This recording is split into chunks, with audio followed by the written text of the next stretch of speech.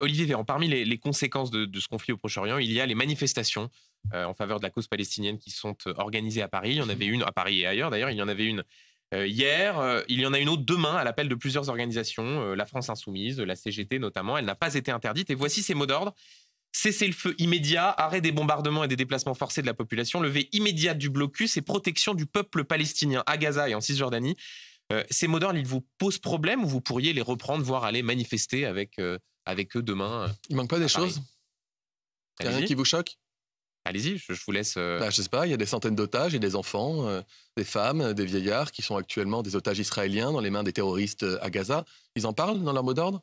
C'est-à-dire qu'on manifeste pour la paix, pour la survie du peuple palestinien, ce qui est tout à fait légitime, mais on omet, ou on oublie, ou on veut omettre le principe selon lequel on soutient aussi la vie des otages et des familles qui attendent de retrouver les leurs. Alors pour être très précis, de ce que vous le Parti socialiste, le Parti communiste, Europe Écologie Les Verts ont, eux, dans leur communication, évoqué et demandé la libération des otages, mais c'est vrai que dans cet appel n'est pas fait mention de la question des otages. Ça, c'est vrai. On a l'indignité sélective. Et encore une fois, d'ailleurs, ce que vous venez de dire l'illustre, vous avez une partie de la gauche républicaine qui est pour la solution humaniste, qui est pour sauver des vies, et c'est tout à son honneur. Et donc pour eux, ça vous choque qu'ils aillent manifester? Vous avez une partie de la gauche extrême, celle de LFI, qui fait de la politique dans le contexte que nous connaissons.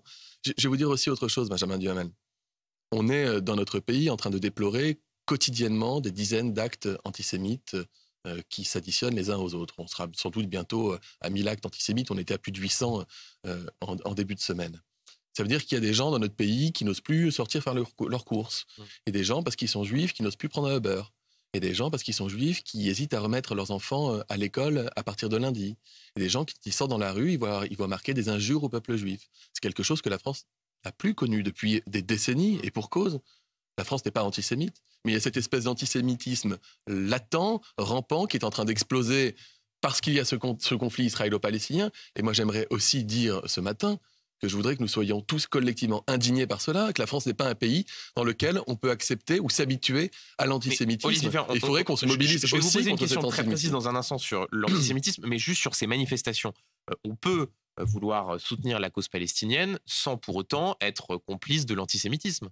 Ah, mais bien sûr. Je ne fais pas le lien entre les deux. Je vous dis juste que j'aimerais aussi que les gens qui se mobilisent, parce que moi j'aime la mobilisation, et quand c'est une mobilisation pour la paix, quand c'est une mobilisation... Et vous pourriez par exemple vous rendre à cette manifestation pour sauver des vies. Je n'irai certainement pas à une manifestation co-organisée par LFI, considérant la position qui n'est même pas trouble, qui est même sans équivoque, de ce parti dans la période que nous connaissons. Je vous dis juste que la France est un pays qui a toujours su se mobiliser. Vous savez, quand il y avait eu le cimetière profané à Carpentras, pour des tombes profanées, on était 1 million dans la rue. J'avais participé à ces manifestations.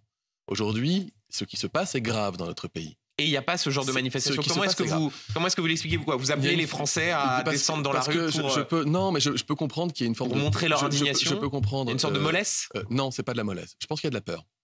Je pense qu'il y a de la peur de voir des tensions s'aviver entre communautés. Je pense que les Français, ils ont subi crise après crise, le Covid, l'inflation, l'Ukraine. Et donc ça les empêche de descendre dans la rue pour dire leur indignation face à la recrudescence de l'antisémitisme? Je ne dis pas que ça les empêche, je dis que nous avons connu des périodes similaires au cours desquelles on arrivait à se mobiliser collectivement pour rappeler les valeurs fondamentales qui étaient les nôtres. Ce que je dis aussi, c'est qu'évidemment l'État, le gouvernement est totalement mobilisé sur la question.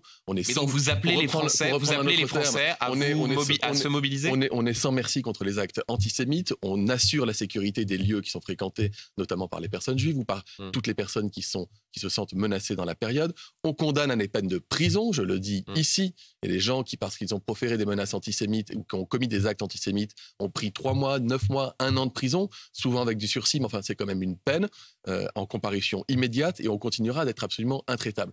Je dis juste, ne nous habituons jamais, je sais que c'est pas le cas, mais soyons aussi capables de le dire quand on est capable de se mobiliser. Et sans doute que c'est très bien d'être capable de dire, de se mobiliser pour sauver des vies au Moyen-Orient et éviter que des populations civiles soient massacrées. Sans doute. C'est aussi, je le redis ici, important de rappeler que la France est un pays de liberté dans lequel on ne s'habituera jamais à avoir des croix gammées écrites sur les murs. Jamais. Un mot sur ce sujet encore. Le comédien Philippe Torreton a pris la parole sur les réseaux sociaux. Il écrit « Je suis juif » à la manière de « Je suis Charlie ». Et il rajoute « Je cherche et je ne vois rien. Pas de pancarte, pas de slogan rassembleur, pas de cortèges immenses, de mots d'ordre, pas de concerts, rien. ou si peu. Est-ce qu'il a raison et de constater cette sorte de silence? Vous parlez des Français, pas de silence, mais en tout cas peut-être de manque de mobilisation. Il y a aussi des artistes, des sportifs, des grandes figures qui ne s'expriment pas assez sur ce sujet. En tous les cas, je vous l'ai dit, donc je ne sais pas si je rejoins complètement les propos de Philippe Torreton, mais ça va dans le même sens. J'ai participé à la mobilisation organisée par le CRIF au lendemain des attentats terroristes en Israël. On était quand même quelques dizaines de milliers dans la rue. La manifestation s'est bien déroulée pour rappeler que nous sommes opposés au terrorisme et que nous avons les mêmes ennemis. Le terrorisme islamiste qui tue à l'étranger, qui tue parfois en France, qui ne doit pas nous faire peur et qui ne doit pas nous paralyser et qui n'aura jamais le dessus sur nos valeurs. Un mot rapidement encore sur le débat politique autour des conséquences des attentats du 7 octobre. Un député de votre majorité, Carl Olive, a déclaré que Jean-Luc Mélenchon devait être fiché S.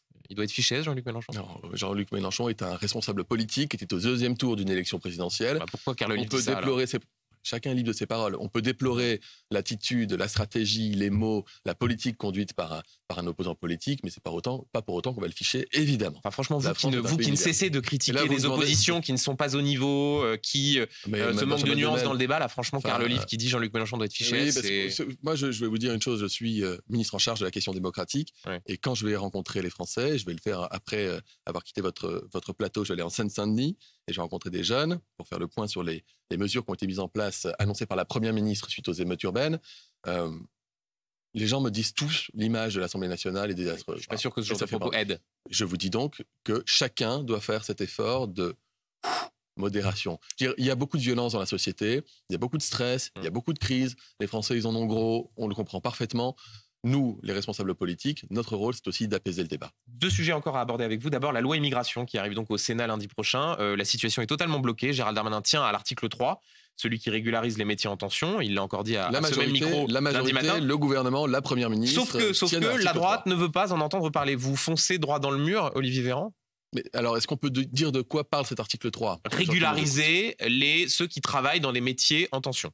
Régulariser des étrangers qui sont en France depuis des années, qui travaillent depuis des années et qui donnent satisfaction à leur employeur et aux usagers et qui demandent à être régularisés. Et la droite n'en veut pas. Et donc, vous n'avez pas de majorité absolue. Donc, si vous n'avez pas de partenaire pour voter une loi, c'est compliqué. Benjamin Duhamel, il y a le fond et la forme. Quand on a dit ça, quand on a dit le fond de cet article 3, voilà, on a tout dit. Je veux dire, il y a une majorité très large de Français qui comprennent qu'un étranger qui est en France depuis des années, qui travaille depuis des années, qui a un salaire, qui peut faire vivre sa famille, il peut être régularisé. C'est pas un débat politicien, c'est juste que vous voulez faire passer cette mesure et que la droite qui pourrait vous permettre de faire voter cette loi ne veut pas de cette mesure. Comment est-ce que vous sortez de cette contradiction? La même droite qui est la première à demander dans ses circonscriptions respectives à régulariser un tel ou un tel parce qu'il rend bien service à l'hôpital du coin ou parce qu'il travaille bien dans la boîte de BTP. Donc, mais est-ce que vous croyez à un compromis? Le débat parlementaire, il va permettre aussi de faire tomber un certain nombre de masques et de montrer qu'au-delà des postures, il y a la possibilité d'un accord. Je suis assez confiant sur la question. Est-ce que, par exemple, les modalités de ces régularisations pourraient être renvoyées à une circulaire? Est-ce que ça fait partie des éléments qui permettraient d'arriver à un accord? Les modalités de régularisation telles qu'elles sont proposées, elles relèvent de la loi. Et ce qui relève de la loi doit passer par la loi. Et lorsqu'une loi, elle est positive pour le pays, lorsqu'une loi, elle permet d'améliorer les conditions d'intégration des étrangers, lorsqu'une loi, donc vous dites, le gouvernement, l'exécutif ne bougeront pas sur cet article 3. Lorsqu'une loi est adoubée par une majorité de Français, le débat parlementaire doit permettre de montrer que ceux qui s'y opposent sont parfois, c'est leur droit, mais dans des postures. Et je pense que la situation, elle justifie qu'on sorte un peu des postures pour aller vers l'intérêt général. Donc je suis confiant.